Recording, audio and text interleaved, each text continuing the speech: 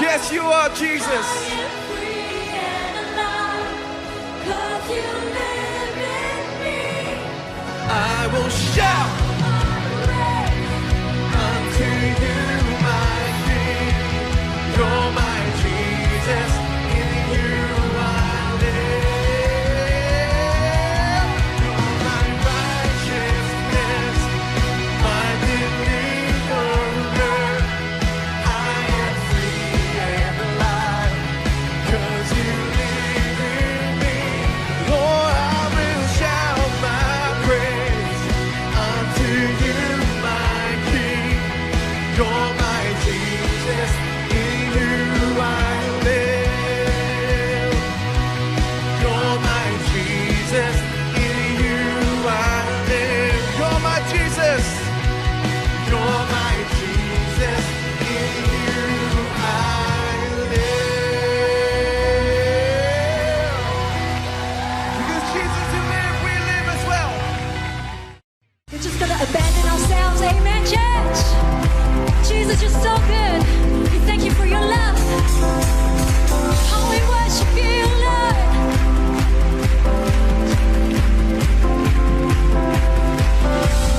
You shining light into my night. You set my feet to dancing.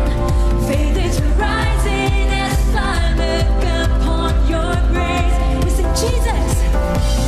Jesus, your name, shattering chains, shadows cannot resist your light. Oh Lord, you raise my soul from ashes into light. Pour out your grace like a flood. You fill my life with a glory. Your love changing my heart. Jesus, to you be all the glory. Let your name be lifted higher. Whoa, your grace has set my heart on fire.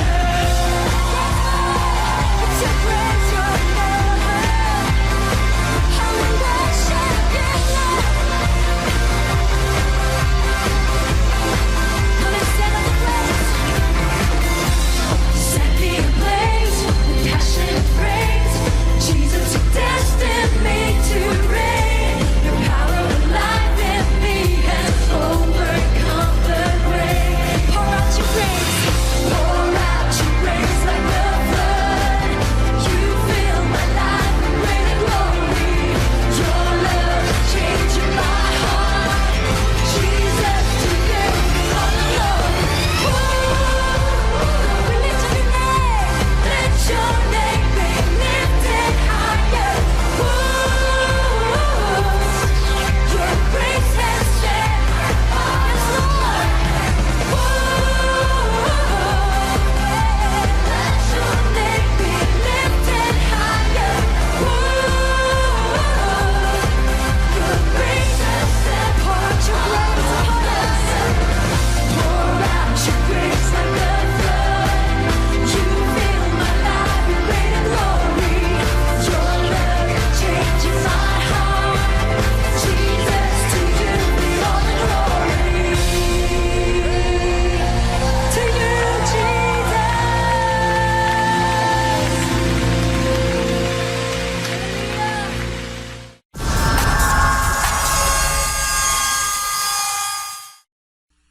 Hoje com o pastor Joseph Prince. Hoje eu quero compartilhar algo que é prático, algo que vai te ajudar.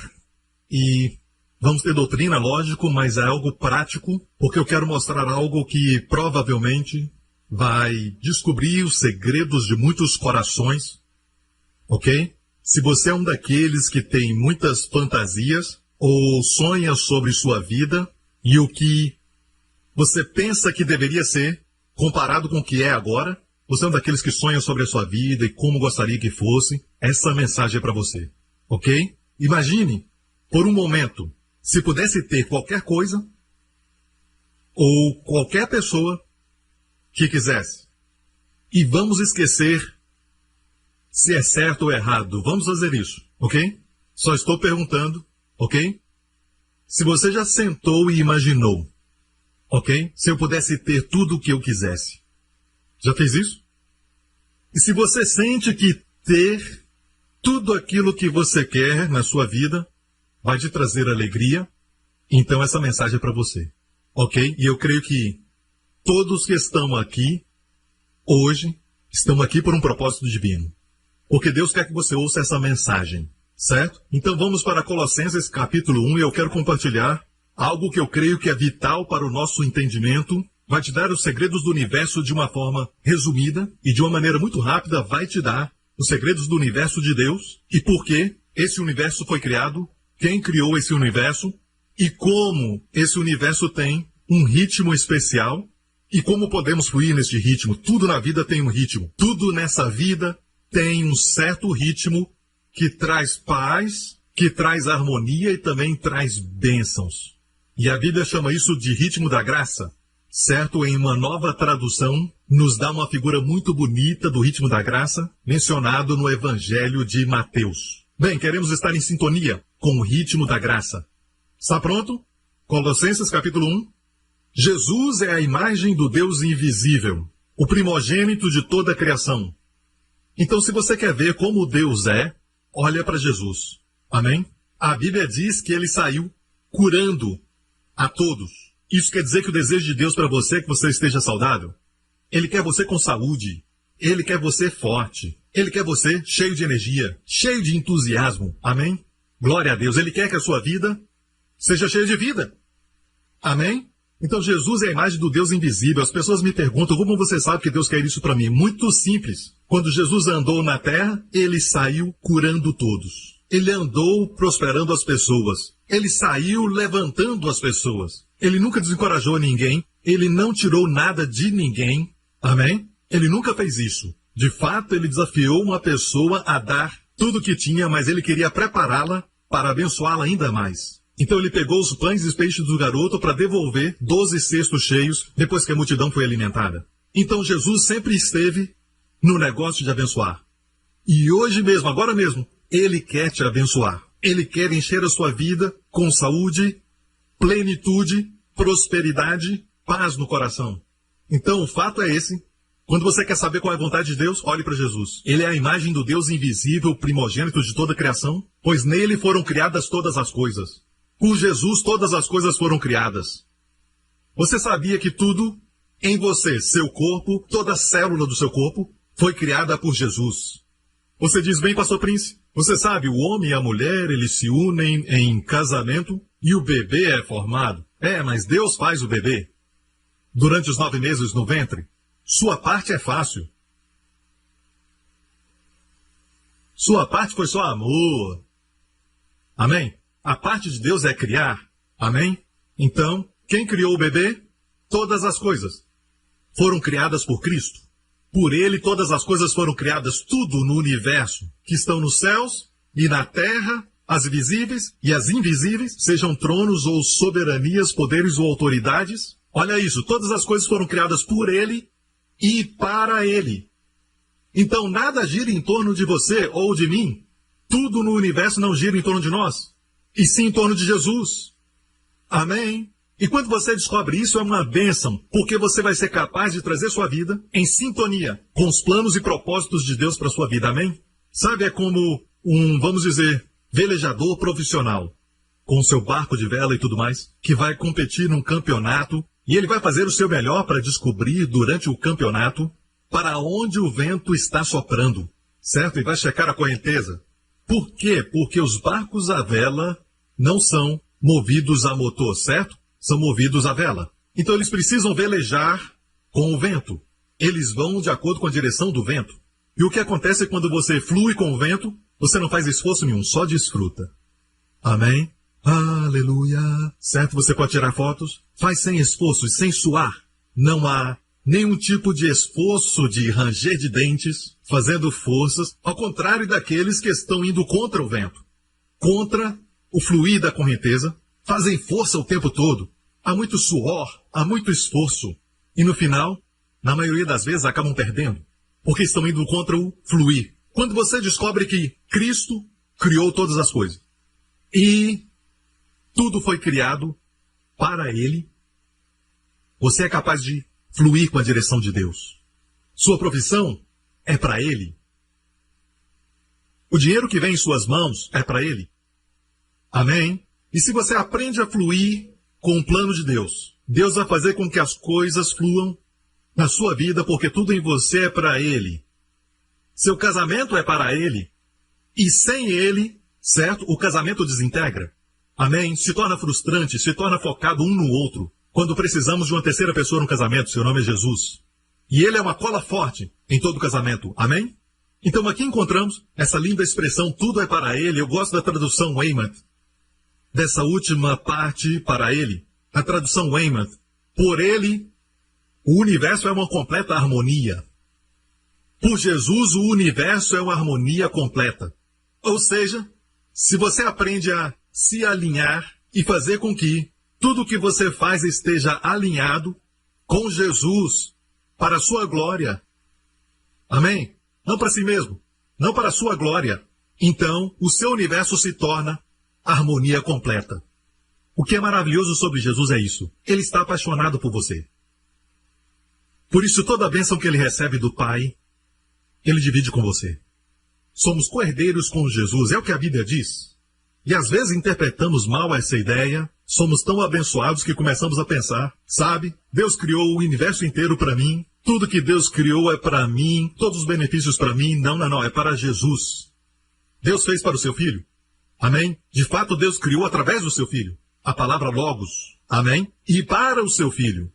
E nós recebemos porque o seu filho está apaixonado por nós. Aleluia, nós somos a noiva de Cristo. Posso ouvir um amém? Certo? Como uma noiva. Amém? A noiva se casa e entra no novo relacionamento. Ela não mais vive de acordo com os seus recursos. Amém? Ela assina cheques no nome do seu marido.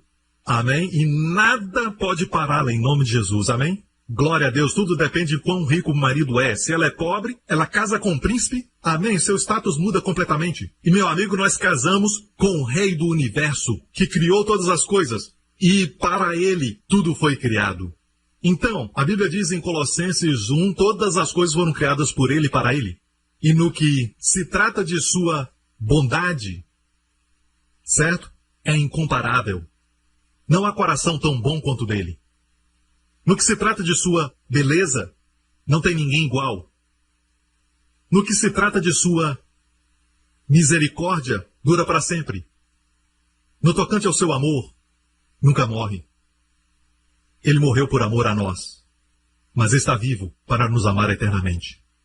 No que se trata da sua paz, vai além da compreensão e entendimento humano. Jesus é totalmente amável. Ele é legal. Tudo no universo gira em torno dele. Ele é o aro que faz a roda girar na direção que Deus quer que vá. Mas ele também é o alvo para onde nós estamos indo. Ele é a fonte e ele é o clímax. Ele é o primeiro, ele é o último. Ele é o meio e ele é o fim. E quando sintonizamos com o plano de Deus, somos abençoados. E muitos de nós não permitimos que o trono das nossas vidas seja preenchido com Jesus, e então sentamos no trono. E a vida se torna egocêntrica e egoísta, certo? E achamos que vamos encontrar felicidade satisfazendo os nossos desejos. Vamos ver o que a Bíblia diz, ok? Vamos continuar lendo. E Ele é antes de todas as coisas, e em Cristo todas as coisas subsistem. Todas as coisas se mantêm. Subsiste quer dizer que todas as coisas se mantêm. Coloque Jesus no centro do seu casamento, todas as coisas se mantêm. Coloque Jesus na sua vida. Ele guarda as suas emoções, Ele guarda a sua mente. Diga quem está do seu lado, há esperança para você. Ele mantém seu cérebro, sua mente, Ele mantém suas emoções. Você se torna integrado. Você se torna completo, pleno. Quando Cristo está em você, todas as coisas em você são mantidas juntas, espírito, alma e corpo. Amém? Nele todas as coisas subsistem. Recentemente eu me interessei em física quântica. Não porque eu esteja interessado em ciência, mas por causa da relevância com a Bíblia. Certo? E eu encontrei algumas coisas sobre física quântica e você também pode ler isso ou ver no YouTube. Eles têm várias animações de física quântica para te ajudar. Cientistas estão descobrindo este fenômeno da física quântica e dizendo que o átomo parece que ele tem a vida nele mesmo. Quando você olha um átomo, ele muda. Mas quando você não olha, ele não muda. E quando você olha, parece que ele sabe que você está olhando. Agora, de acordo com o que sabemos e aprendemos durante muitos anos, nas nossas aulas de ciências, tudo sobre os átomos é que eles estão movendo, mas, na verdade, eles não têm vida, não há inteligência neles mesmos. Mas a física quântica, certo, mata essa teoria. Acaba com essa teoria dizendo que tem algo estranho com o átomo, que quando você olha, ele muda. Sabe que você está olhando? E há algo sobre os átomos, nêutrons e os núcleos que estão confundindo a ciência, porque a ciência pode falar da existência dos átomos, e nós sabemos que a ciência nos informa que negativo e positivo se atraem, mas negativo com negativo se repelem. E mesmo assim, os átomos não se repelem. Existe uma força que mantém os átomos juntos. Há uma força que está mantendo, segurando. E nessa força tudo subsiste. Tudo se mantém. Amém? E nós sabemos a resposta. Porque este capítulo não é só espiritual, é científico. Jesus mantém as coisas juntas. Nele, todas as coisas são mantidas juntas. E quando você o tem na sua vida, você é mantido junto.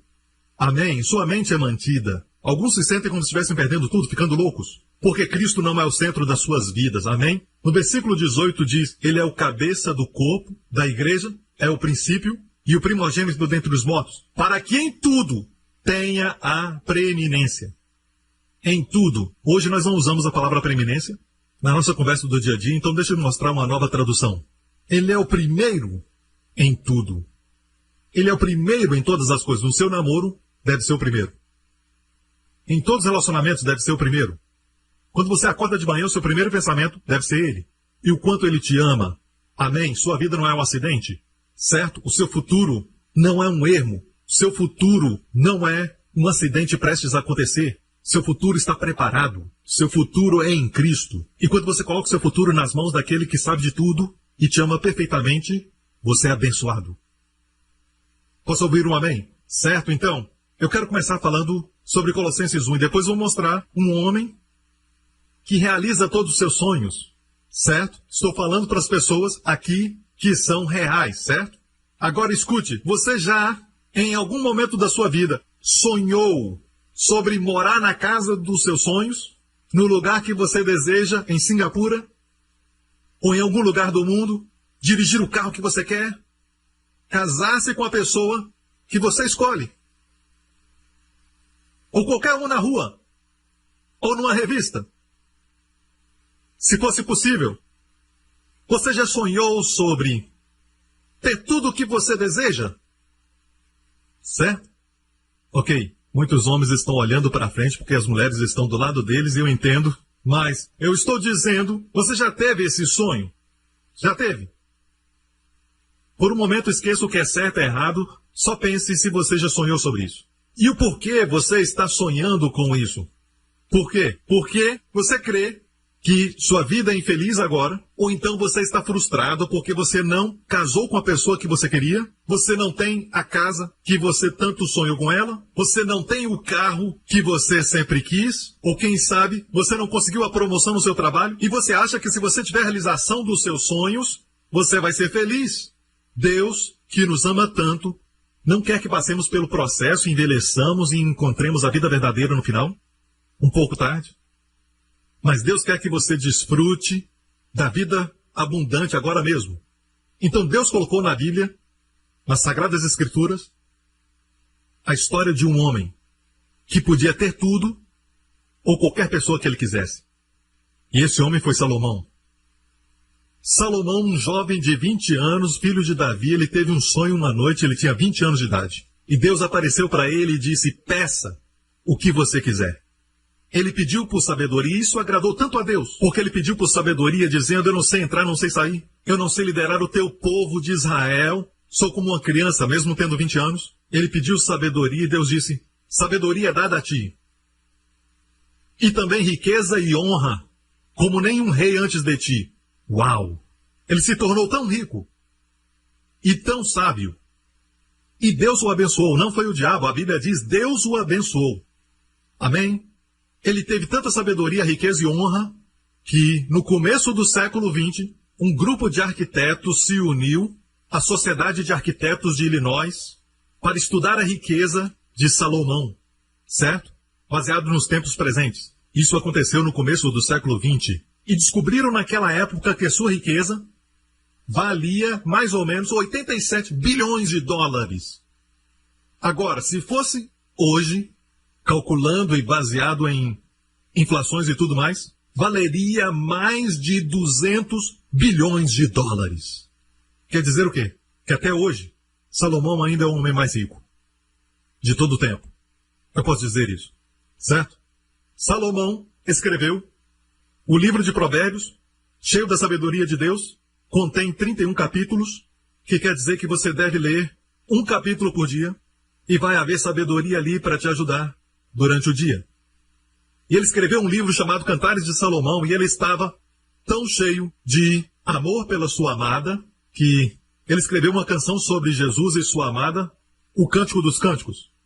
E, de fato, Salomão escreveu mais de 1000 canções.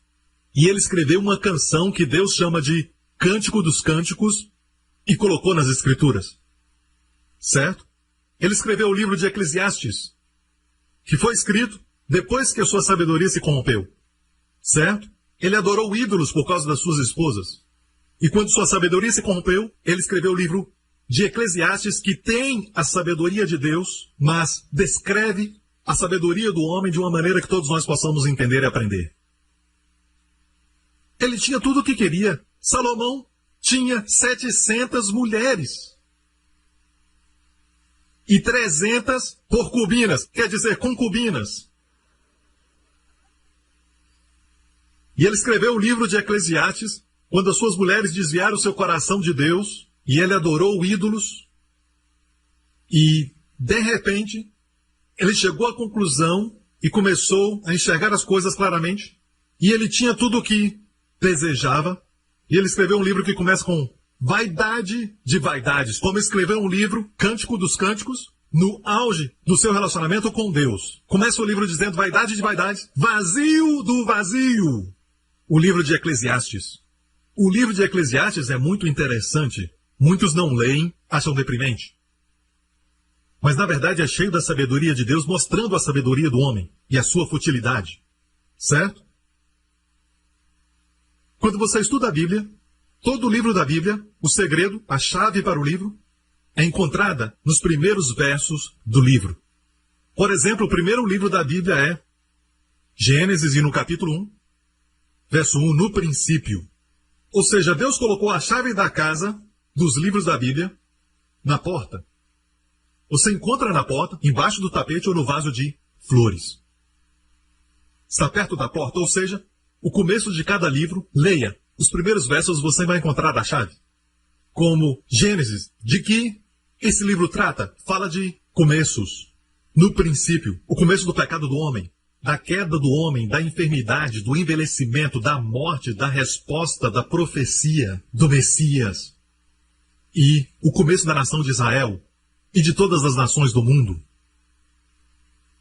No Evangelho de Lucas, por exemplo, nós temos nos primeiros versos, havia um sacerdote chamado Zacarias. Por quê? Porque todo o livro de Lucas é sobre a graça sacerdotal. O homem Jesus ministrando a graça sacerdotal. E o livro do Apocalipse é sobre o anticristo? Não. Capítulo 1, verso 1 diz a revelação de Jesus Cristo. É a revelação de Jesus Cristo. Não é sobre a besta ou o dragão, é sobre Jesus. Então, Deus coloca a chave da porta da casa perto da porta da frente. Então, o primeiro verso de Eclesiastes diz, vaidade de vaidades, vazio de vazio. Sabia que o nome Deus, D-E-U-S, Deus, está no livro todo de Eclesiastes, que é Elohim, Criador, em hebraico. E sabe que o nome Senhor, Jeová, nunca aparece. Senhor Pode procurar. Você não vai encontrar o nome Senhor, vai encontrar Deus. Em hebraico, o nome Senhor é Deus de relacionamento. O Deus da graça. O Deus que mantém sua aliança. Mas Elohim é o Deus criador. Então, no livro de Eclesiastes, Salomão começa a pensar em Deus como muitas pessoas pensam hoje. Eles dizem, que bom, que sorte que eu não estava lá. Alguém lá em cima cuida de mim. Ou então aquilo cairia em cima de mim. Ou teria um acidente. Alguém lá em cima está cuidando de mim. Sabe que tem alguém lá em cima e esse é Elohim, Criador. Alguns chamam de inteligência superior, mas não o conhecem. O conhecemos como Senhor. Yahvé, Jesus. Você encontra essa frase, vaidade de vaidade, aparecer muitas vezes no livro de Eclesiastes. Olha bem, vaidade de vaidades aparece 37 vezes. Essa frase. E a frase debaixo do sol aparece 28 vezes. Igreja, o problema do livro de Eclesiastes é que ele nunca fala sobre o sol da justiça, mas fala de coisas debaixo do sol. Sabe por quê? As pessoas estão deprimidas é porque os seus pensamentos estão debaixo do sol.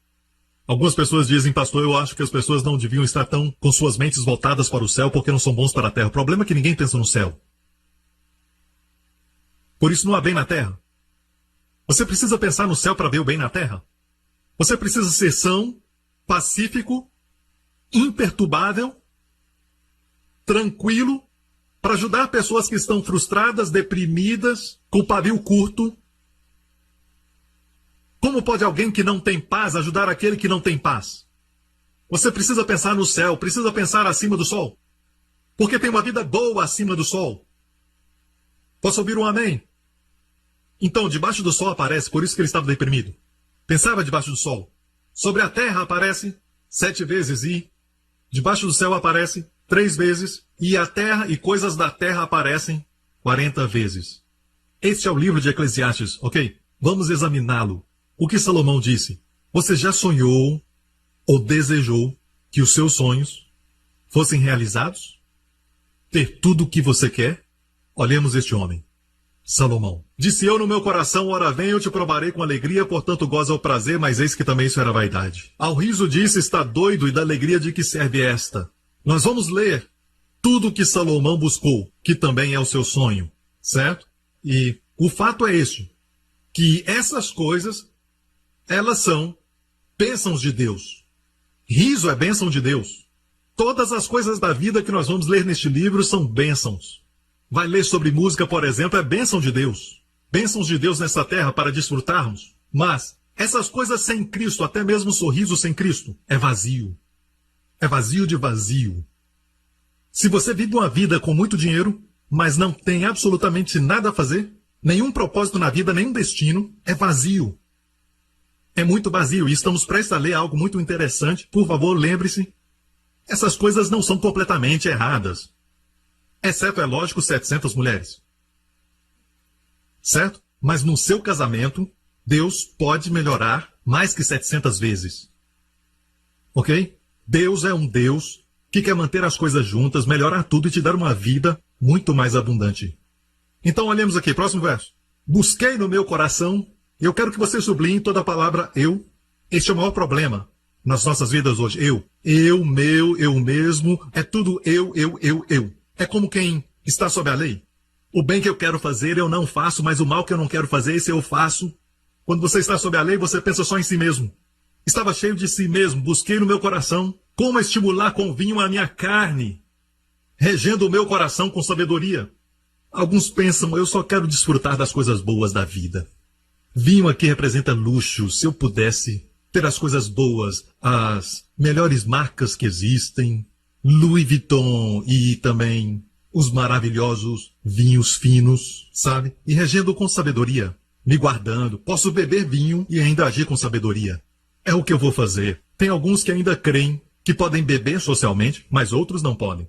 Eles sempre acham que podem. Eu posso controlar meus impulsos e tudo mais. Então foi isso que ele fez. Ele tentou. Verso 4. Fiz para mim obras magníficas. Ele tentou engenharia. Edifiquei para mim casas. Ele tentou arquitetura. Homens, às vezes desejamos construir a casa dos nossos sonhos. Se dinheiro não fosse o problema, construiria sua própria casa?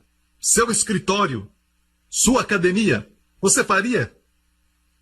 Ele tentou construir e não ficou satisfeito. Tentou arquitetura, construir casas, plantei para mim vinhas, fiz para mim hortas e jardins, experimentou horticultura e plantei neles árvores de toda espécie de fruto. Existem aqueles que acreditam que para tirar o estresse tem que voltar à natureza, tem que tocar o solo, tem que plantar alguma coisa, tem que abraçar uma árvore. Mas apresento a você o Criador. A criatura não pode satisfazer como o Criador.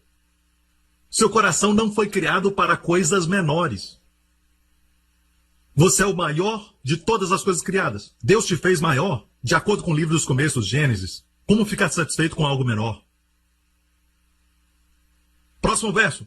Fiz para mim tanques de águas, agora ele tenta hidráulicos, para regar com eles o bosque que reverdeciam as árvores. Adquiri servos e servas para me massagearem. Não podem reclamar. Não podem dizer que estão cansados. Amém. Também tive grandes possessões de gados e ovelhas. Ele tinha um zoológico. A Bíblia diz, no livro de Crônicas, diz que ele tinha macacos, pavões, de outros países. Ele os importou. De fato, Salomão tinha muitos cavalos, garanhão árabe, importados do Egito e também da Arábia Saudita. E eles eram lindos garanhões árabes. Esses são comparados aos carros de hoje como Lamborghini, Porsche. Amém, ele tinha todos. Ele tinha tantos cavalos. Esses são os verdadeiros cavalos vapor. Ele os tinha. Agora, homens, imaginem você lendo uma revista de carro e você vê um carro que você gosta. Se o dinheiro não fosse o problema, você pode se ver dirigindo esse carro? E essas coisas não são totalmente erradas nelas mesmas. Você me entende? Deus não se importa se você tiver essas coisas. Mas há algo errado quando isso não é para Cristo. Mas, pastor, como uma Lamborghini pode ser para Cristo? Olha, Deus pode te abençoar com alguma coisa que você nem precisa. E você diz, por que o Senhor me abençoou? Porque eu te amo. E aí, você quer dirigir essa bênção à noite, quando ninguém pode te ver? Só você e Jesus, você dirige para um parque, algum lugar, e adora Jesus e tem comunhão com Ele. Mas alguns, quando compram um carro como este, certo? Querem impressionar. São vazios e precisam impressionar. Então eles vão a um lugar que tenha muitas pessoas na estrada ou perto de um bar ou um restaurante e abaixam o vidro e bum, bum, bum, bum. Olá, gente.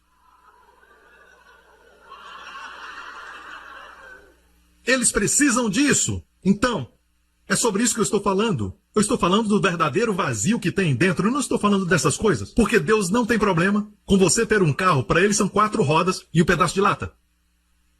O homem baba com isso. Deus tem carruagens de fogo. Aquelas que desafiam gravidade. E você vai entrar nelas, querendo ou não. Amém? Para viajar em todo o universo. Amém? Verso 8. Amontoei também para mim prata e ouro, e tesouros dos reis e das províncias. Uau, já pensou em ter todo ouro e prata? E olha isso. Provi-me de cantores e cantoras, e das delícias dos filhos dos homens, de instrumentos de músicas de toda espécie. Experimentou música. E muitas pessoas nesses dias, principalmente os jovens, estão experimentando música. Acham que a música vai satisfazer? A música é uma bênção? Sim, é uma bênção de Deus. Mas não se esqueçam, até a música foi criada por Jesus e para a sua glória. Amém. Experimentou música. Fui engrandecido e aumentei mais do que todos antes de mim. Mas olha o verso 10. E tudo quanto desejaram os meus olhos não lhes neguei, nem privei o meu coração de alegria. Este homem está vivendo seus sonhos, certo? Certo? Ninguém se atreve a falar de fantasias. Fantasia, fantasia, fantasia, fantasia. Não é um palavrão, ok? Você pode ter fantasias de coisas boas, amém? Mas eu também estou falando de coisas que você fantasia e ninguém sabe. E por isso eu estou pregando. Porque você pensa que realizar os seus desejos vai ser feliz. E você acha que não é feliz hoje porque você não vê o cumprimento dos seus desejos. Não dirige o carro que você quer. Você não casou com o homem que queria ou a mulher que queria, certo? Você acha que isso está roubando a sua felicidade. E Deus coloca essa história aqui para mostrar que este homem tinha tudo ou quem ele quisesse. E sua conclusão? Próximo verso. E olhei eu para todas as obras que fizeram as minhas mãos, como também para o trabalho que eu trabalhando tinha feito, e eis que tudo era vaidade e aflição de espírito, e que proveito nenhum havia debaixo do sol. Foi tudo vazio. Era correr atrás do vento. Ele acabou correndo atrás do vento. Ele experimentou tudo. E quando alguém perguntava como está a vida, podemos dizer que nós temos vida, vida mais que abundante. Porque a vida não é a expressão do objeto ou objetos. Vida é a pessoa de Jesus Cristo. Jesus disse, eu sou o caminho, a verdade e a vida. No túmulo de Lázaro, Jesus disse, eu sou a ressurreição e a vida. Você crê nisso, Marta? Ele é a vida. E alguém pergunta, como está a vida? Mais que abundante. Mas se perguntar a Salomão, como está a vida? Verso 17, por isso desprezei a vida. Perguntaram, como está a vida? Odeio! E atrás dele, uma das esposas desfilando. E eles podiam pensar, como que esse cara que tem tudo o que ele quer, eles podiam ouvir seus cavalos lá fora do palácio. Ele tinha uma Lamborghini. Tinha 50 Porsches, Ferraris, Lamborghinis. E se alguém perguntasse como está a vida? Odeio. O que aconteceu, Salomão? Pobre Salomão. É lógico que no final, essas coisas não satisfazem. Por quê? Porque a resposta é o que acabamos de falar. Eu adquiri, eu fiz, eu construí, eu fiz para mim, eu fiz, eu. Seu problema e o meu é que nós estamos ocupados conosco mesmos. E por isso estamos frustrados. E por isso nós estamos com pavio curto e estamos sofrendo dores. Quando você é um egocêntrico, sua vida é cheia de dores. Todos nós somos egocêntricos, de uma certa forma. Quando você olha uma foto de um grupo que você está nela, certo? Qual o rosto que você procura primeiro? Seu melhor amigo, certo? Não, você procura a si mesmo. Então, todo mundo olha e diz, essa foto não está muito bacana. Você diz, está legal, porque sempre depende como você está nela, porque todo mundo se preocupa do jeito que sai na foto e até briga com a esposa porque ela quer reproduzir algumas fotos, certo? Mas você não gostou daquela foto, você quer essa foto, ela diz, não, porque ela não saiu bem. Você saiu bem. Pode haver conflito, amigos, certo? Porque nós todos somos egocêntricos quando se diz respeito a fotos, nenhum problema. Mas só para ilustrar que todos nós somos egocêntricos e porque somos assim, estamos frustrados e em dor. Uma das razões por que Jesus cura as pessoas é para que não fiquem pensando em si mesmas. Quando estamos com dor de dente, em quem pensamos? Os missionários na Etiópia? Não, está pensando em si mesmo? Então, alguns dizem que Deus dá enfermidade às pessoas para que elas possam aprender longanimidade e paciência. Eles não sabem o que falam. As pessoas que ficam doentes se tornam egoístas. Eu não estou acusando, estou falando de um fato. Quando você está doente, você fica mais exigente, você se torna um peso para aqueles que estão em volta de você, você fica nervoso rapidamente. Quando tem dor de cabeça, você fica amável ou nervoso? Isso não é verdade. Deus quer você bem e não egocêntrico. Você está me ouvindo? A única forma que você vai ser livre do egoísmo é se ocupando com Cristo. Esteja ocupado com Cristo, esteja focado em Cristo, na sua beleza, que não tem igual, é incomparável, sua sabedoria inesgotável, sua bondade, quando tocou o leproso. Seja limpo. Essa bondade aquece minha alma. Meditar nele, estar focado nele, acordar de manhã e dizer, há um propósito nesse dia, eu pertenço a Jesus. Amém. Posso ouvir um amém? Veja, se você não vigiar, vai estar ocupado com eu. Fica ocupado com eu, mim, eu mesmo. Eu, mim, eu mesmo. É uma vida dolorosa porque você foi criado para coisas maiores. Você foi criado para estar ocupado com o grande eu sou. Você foi criado por ele e para ele. E através dele pode viver uma vida harmoniosa. Posso ouvir um amém? Como é que eu chego a este lugar, pastor Prince? E se não chega a este lugar, o que acontece é, você vai, escute com cuidados, ocupados consigo mesmos, ou vão tender para um complexo de superioridade, ou se tornarão inferiores. Eu não tive uma boa educação, meu inglês não é bom, eu sou feio, não sou bonito, Não sou Tom Cruise. Nem inteligente. Meu nariz é muito chato, meu nariz é muito longo. Meu cabelo é muito curto. E sabe que somos capazes de lidar com pessoas assim. Mas o problema continua. É o egocentrismo. É doloroso. Ambos são. Mas nós preferimos lidar com isso porque, quando eles se colocam para baixo, nós subimos.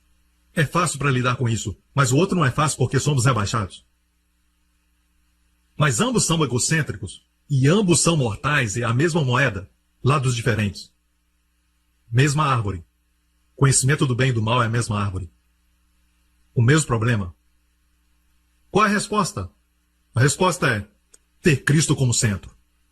Posso ouvir um amém? Ter Cristo como centro. E a Bíblia diz que todos nós somos importantes, certo? Nós não temos funções iguais, mas temos a mesma importância. Somos igualmente amados, mesmo experimentando este amor como se fosse todo nosso. Amém? Sempre lembrando que Deus ama a todos nós, mas devemos experimentar o amor de Deus, mas não quer dizer que Deus ama outros mais do que a nós e nós mais do que os outros. Amém? E precisamos nos lembrar que somos o corpo de Cristo. A nossa vida não é eu, mim, eu mesmo. Somos o corpo de Cristo e como o corpo é feito de diferentes órgãos, diferentes funções, como em 1 Coríntios 12. Se o pé disser, porque eu não sou mão, não sou do corpo, não será por isso do corpo? E se a orelha disser, porque não sou olho, não sou do corpo, não será por isso do corpo? Se todo o corpo fosse olho, onde estaria o ouvido? Se todo fosse ouvido, onde estaria o olfato? Próximo verso. Mas agora Deus colocou os membros no corpo, cada um deles como quis. Se você ensina as crianças na escola dominical, esteja contente. Se você arruma, aqui não precisa arrumar as cadeiras. Se você limpa os banheiros e você faz para Jesus, esteja contente. Sinta-se realizado. Aleluia! Talvez a sua função seja o olho. As pessoas sempre olham para os olhos, não para o pescoço. Nem olham para a testa. Essa testa bem grande. Eles não olham para o nariz, sabe?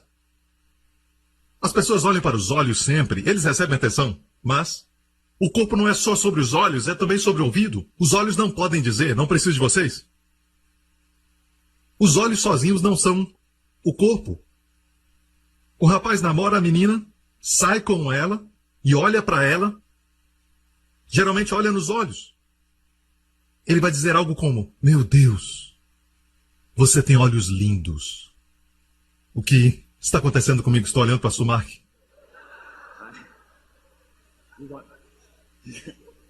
Você tem olhos tão lindos. Certo? Ele quer encantá-la. Ele não chega para ela e diz, alguém já te falou que você tem orelhas muito sexy? Eu fico encantado com elas. Suas orelhas são espetaculares. De fato. Antes de nos encontrarmos, eu vi as suas orelhas primeiro. Você tem orelhas muito lindas, você sabia? Você não diz isso. Geralmente elogio os olhos. Quando namorei minha esposa, eu mandei flores. Com as palavras, seus olhos me encantaram.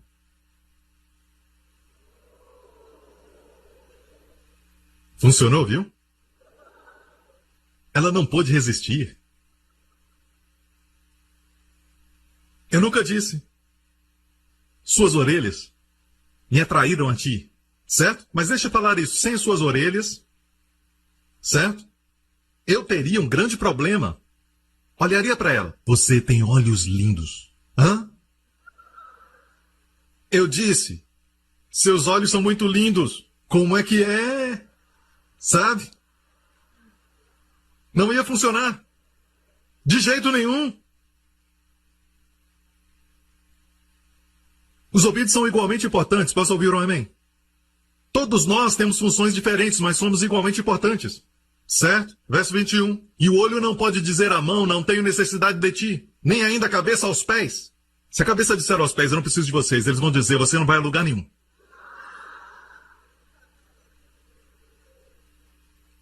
As pessoas olham para sua cabeça, não seus pés, mas sem os seus pés você não vai a lugar nenhum. Já viu uma cabeça flutuando? No cemitério ou algum lugar? à noite, corra. Então a cabeça não pode dizer ao pé, eu não preciso de ti. Alguns de nós somos pés, viajamos, nos movemos. Amém? Alguns são a cabeça, pensam muito.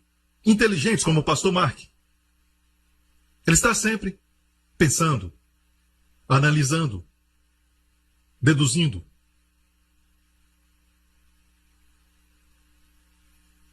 Alguns são os olhos, outros são ouvidos.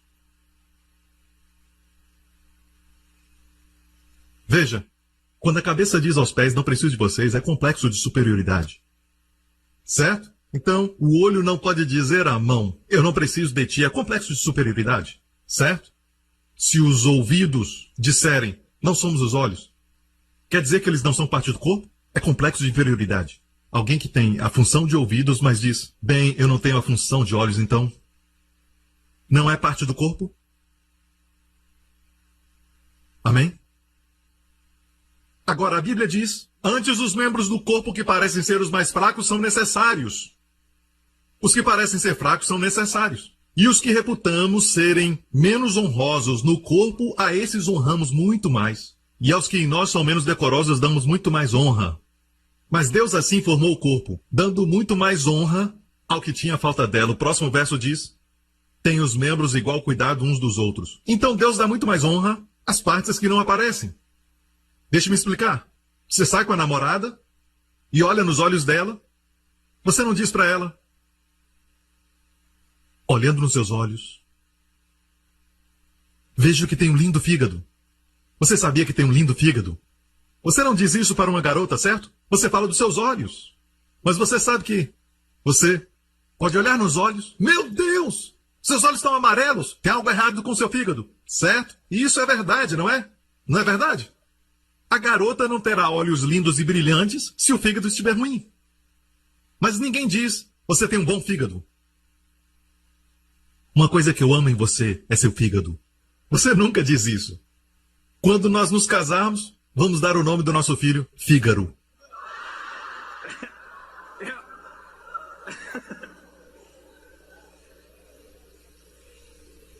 Você volta do encontro com a sua namorada, sua mãe pergunta, como ela é? Você diz, mãe, o fígado dela é top, que fígado! O fígado dela é número 1. Você não diz isso? Mãe, gostei dela. Amei os seus olhos. Você não mostra uma foto para sua mãe e ela diz, que é isso? É seu pé? Mãe, eu amei seus pés. Não. Você mostra a cabeça. E sem dúvida, algumas vezes, as coisas que vemos chamam a atenção. Certo? Mas sem o fígado, deixe-me falar algo, ok? Sem os seus olhos, você pode viver. Sem o seu fígado, você não pode.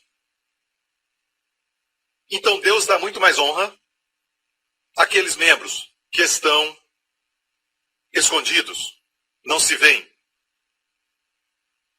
De forma alguma eu poderia estar aqui sem a grande ajuda dos que estão nos bastidores. Amém? Então todos nós temos uma grande posição em Cristo. Vou terminar dizendo, certo? Deus quer Jesus no centro. Quando Ele está no centro, você não precisa se levantar pisando nas outras pessoas. E uma coisa sobre a inveja é isso. A inveja é baseada na premissa de que não tem o suficiente no universo. Certo? Que quando alguém é abençoado, ele tem uma casa muito bonita, pensamos, Deus o abençoou em vez de me abençoar. Veja que mente pequena em relação a Deus. Certo? Deus pode abençoar você e outros milhões e ainda vai ter muito mais sobrando. Este é o nosso Deus. Mas a inveja é baseada na premissa que quando alguém é abençoado tem menos para mim. É incredulidade. Amém? Então a chave para ser liberto do egoísmo não é psicologia. É a revelação de Cristo, abrir a Bíblia e pedir a Deus para mostrar a você Jesus. Mostrar a beleza de sua pessoa. Porque quando você se envolve com Ele, como aquela mulher no poço, a Bíblia fala sobre a mulher no poço, em João 4, a mulher samaritana, ela tinha um passado muito tenebroso. Ela morava com um homem que não era seu marido, então ela foi ao poço ao meio-dia, em Siquém. E o poço de Siquém ainda está lá em Israel, mas entenda que Siquém é um lugar muito quente, e muito mais, ao meio-dia. E é por isso que a maioria das mulheres tirava a água cedo de manhã, quando estava fresco. Mas ela foi ao meio-dia porque não queria ver as fofoqueiras. Mas então, naquele dia, quando ela foi, havia um homem. O homem, assentado no poço, esperando por ela. E a Bíblia diz que ela veio na parte da tarde, na sexta hora do dia, que é ao meio-dia. Isso porque ela estava envergonhada daquilo que ela fazia. Ela era egocêntrica, mas ela encontrou um homem e ele falou com ela. E depois de um tempo, ela deixou seu cântaro ali, foi até a vila, a cidade de onde veio, de onde ela estava envergonhada da sua vida, e disse às pessoas da cidade: venham, veja o homem que disse tudo o que eu tenho feito. Não é ele o salvador do mundo? Uau! Ela foi liberta do egocentrismo. Sem timidez, sem consciência das suas falhas, ela foi absorvida em Cristo. Essa é a chave para a libertação. Ela se tornou evangelista. Começou a falar de Jesus. Venha ver um homem que falou tudo o que eu tenho feito e tudo o que ela fez. Não é nem bom falar. Ela não queria nem saber mais disso, porque ela viu a graça maior do que o seu pecado. Um amor maior do que a feiura dos seus atos. Aleluia! Quando Jesus morreu na cruz, olha o que a Bíblia diz.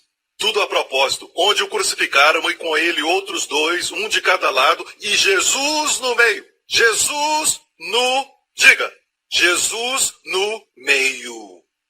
Você acha que isso está na Bíblia por acidente? Não, Deus quer que Jesus esteja no meio. Porque a cruz é o maior ato de Deus. De amor pelo homem. A maior proclamação do amor de Deus é vista na cruz. Mas você sabe que a maior maldade do homem é também mostrada na cruz. Eles pegaram alguém tão amável e o crucificaram. E Deus pegou o que eles fizeram, a maior maldade, e a tornou no maior amor pelo homem, perdoando seus pecados. E como tudo isso aconteceu? Colocando Jesus no meio. E você? Está preocupado? Está com medo no seu coração? Com medo da morte? Com medo de envelhecer? Com medo de não ter dinheiro suficiente? Preocupado com seu adolescente? Preocupado com seus exames? Com medo de não passar? Com medo do futuro e do seu passado ser revelado? Com medo dos homens e também das enfermidades? O que você tem medo? O que fazer com os medos? Quando Jesus ressuscitou, a Bíblia diz, naquela mesma tarde, o primeiro da semana, e cerradas as portas, porque estavam fechadas, onde os discípulos estavam com medo. Eles cerraram as portas porque estavam com medo. Estavam com medo de serem capturados. Eles estavam com medo. E o que aconteceu? Jesus veio e se pôs no meio dos seus medos. E disse-lhes: paz seja convosco. Sabe o que acontece quando Jesus está no centro? Vai haver paz.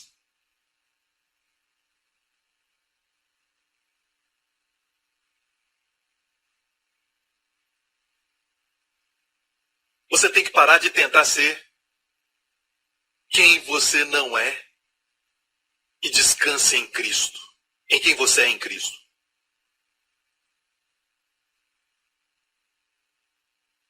Pare de cantar. Thinking of the things I've done, I was trying to be someone. Sabe, só descanse nele.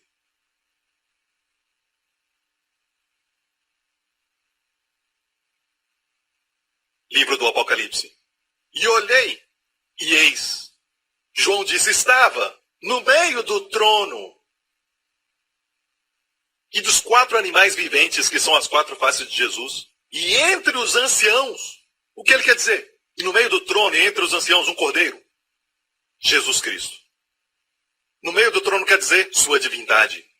No meio dos anciãos, sua humanidade. Ele está sempre no meio. Você sabe que Jesus é 100% Deus, mas também 100% homem. Você sabe que à direita de Deus, agora mesmo, no meio do trono, existe um homem com coração igual ao nosso, com afeições e sentimentos e emoções como um homem? Ele é parecido com você. Ele sente emoções humanas. Ele veio como homem e para sempre permanece como homem. Para que você saiba que no céu tem alguém como você mesmo, representando você. Amém? Posso ouvir um amém? Quero terminar com essa porção. Esses versos. Quando a mulher veio a Jesus, que estava no poço, ele disse isso para ela. Verso 7. Dá-me de beber. Sabe o que ela disse? Quando ele disse dá-me de beber? Sentado ao poço, Jesus sabia do seu passado, sendo 100% Deus e 100% homem. Ele disse, dá-me de beber. Ela olhou para ele e disse, como sendo tu judeu? Porque os judeus não se comunicam com os samaritanos, mas essa é outra história. Como tu me pedes de beber? E olha a resposta, vai te abençoar. Jesus respondeu e disse-lhe, se tu conheceras o dom de Deus, e quem é o que te diz, dá-me de beber, tu lhe pedirias e ele te daria água viva. Você acha que, quando eu digo para você, coloque Jesus no centro, é para benefício dele? Ou quando nós falamos para você, levante as suas mãos, certo? É porque você acha que Deus é um megalomaníaco no céu dizendo, preciso de adoração, me adorem? Você acha que Deus sofre de inseguranças e precisa do seu louvor? Ei, eu já disse antes, ele tem milhões de anjos adorando a ele, cujas vozes nunca se cansam. Algumas vozes ficam cansadas depois do quarto culto. E nunca desafinam. Porque Deus pede para levantar as mãos e adorá-lo.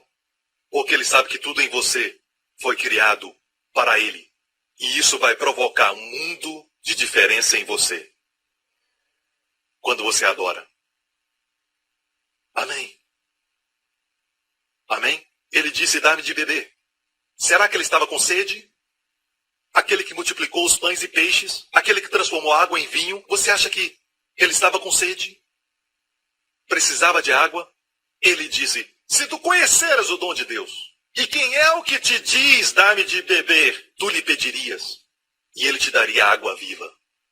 Ao invés de ele receber de você, você recebe dele. E eu amo essa parte que diz, se conheceras o dom de Deus, sabe que no grego, se lê assim, no grego, se conheceras o dom de Deus, se conheceras o Deus que dá livremente. Toria, e a ênfase é, se conheceras o Deus que dá livremente, o Deus que está sempre dando, se conheceras Deus, e quem, com Q maiúsculo, que está falando contigo, tu lhe pedirias. Então quando ele diz dá-me de beber, estava preparando ela. Se conheceras quem te pede, se conheceras o dom de Deus, o Deus que dá livremente, e quem é que está pedindo a você de beber, você o pediria, e ele te daria água viva. Amém, igreja? Então dizemos, coloca Jesus no centro. Você vai perder, tendo o seu barco a velas fluindo, de acordo com o soprar do vento, da maré, da correnteza? Será que existe fracasso nesse caso? Derrota, porque você está em harmonia com o universo? Não mesmo. E é maravilhoso como ele foi até lá encontrar a mulher. Ela não o encontrou. Ele a encontrou. Ele estava esperando por ela, antes dela chegar. Ele veio de muito longe para estar conosco. E sabe o que diz em outro verso? Onde estiverem 2 ou 3 reunidos em meu nome, aí estou eu no meio deles. No grego, onde 2 ou 3 estiverem reunidos, no meio, no centro, eu sou. Lembra do nome de Deus? Moisés perguntou, qual o seu nome? Quando viu a sarça ardente, Deus disse, eu sou. O que sou? É um cheque em branco. O que precisa? Precisa de cura? Eu sou a cura. Do que precisa? Dinheiro? Eu sou seu banco. Do que precisa? Relacionamento? Eu sou seu favor. Do que precisa? Eu sou. Eu estou no meio de vós. Sabe? Ser igreja não é milhares e milhares de pessoas. Ser igreja é um plural pequeno, onde 2 é o menor de todos plurais. Onde 2, só 2, marido e mulher, quando acordarem, Jesus está no meio. Amém? Não há crise que atinja a sua casa e ele não esteja lá. E ele está no meio. E ele está conosco individualmente também, certo? Se você não tem marido ou esposa, você tem um bom amigo. Quando vocês oram juntos, tem uma grande unção, certo? Naquela oração, porque ele está no meio. Mas se está sozinho, ele não te deixa nem te desampara. Mas existe um grande fluir, porque a igreja é uma unidade. Estarmos uns com os outros. E ele no meio. Sempre quando estiver experimentando medo, frustrações, pare um momento. Você não consegue. Mas ele sim. Aquietai-vos e sabei que ele é Deus. Relaxa. Viva a vida. Relaxa. Trabalhe. Tranquilo. Sirva. Tranquilo.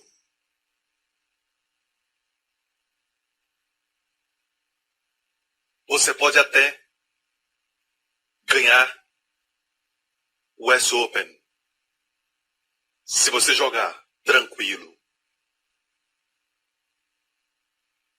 Você pode ganhar um torneio de golfe se você jogar bem tranquilo. E veremos uma vida de harmonia, trazendo sucesso.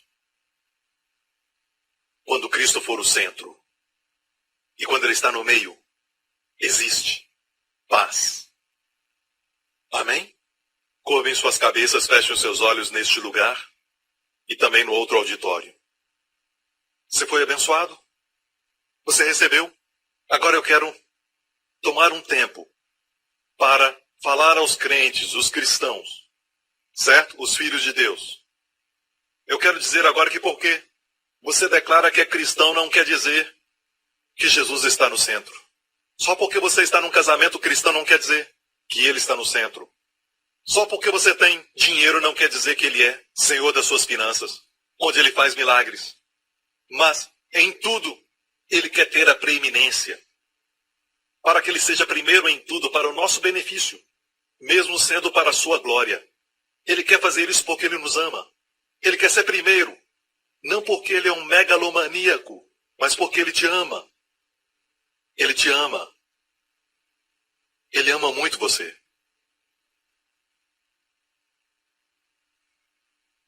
Então entenda, irmão, que ser um missionário não é somente estar lá fora falando de Jesus. Porque alguns estão preocupados com seu nome e reputação. E não é porque é pastor que está fazendo a obra de Deus. Pode estar construindo o seu próprio ego e sua reputação. Se alguém está fazendo a obra de Cristo, não quer dizer que está fazendo por Cristo. Então, amigo, é hora de pararmos por um momento e sermos honestos. E nos perguntarmos, será que Jesus está no centro? Será que Ele é o primeiro? Um homem de negócios que está envolvido com Cristo, que faz tudo por Ele, para a sua glória, pode ser mais espiritual do que alguns pastores. Não tem nada a ver com seu trabalho, sua profissão. Tem a ver com sua motivação. Ele é o primeiro. Ele é tudo. Por que você quer ser curado? Por que quer mais dinheiro?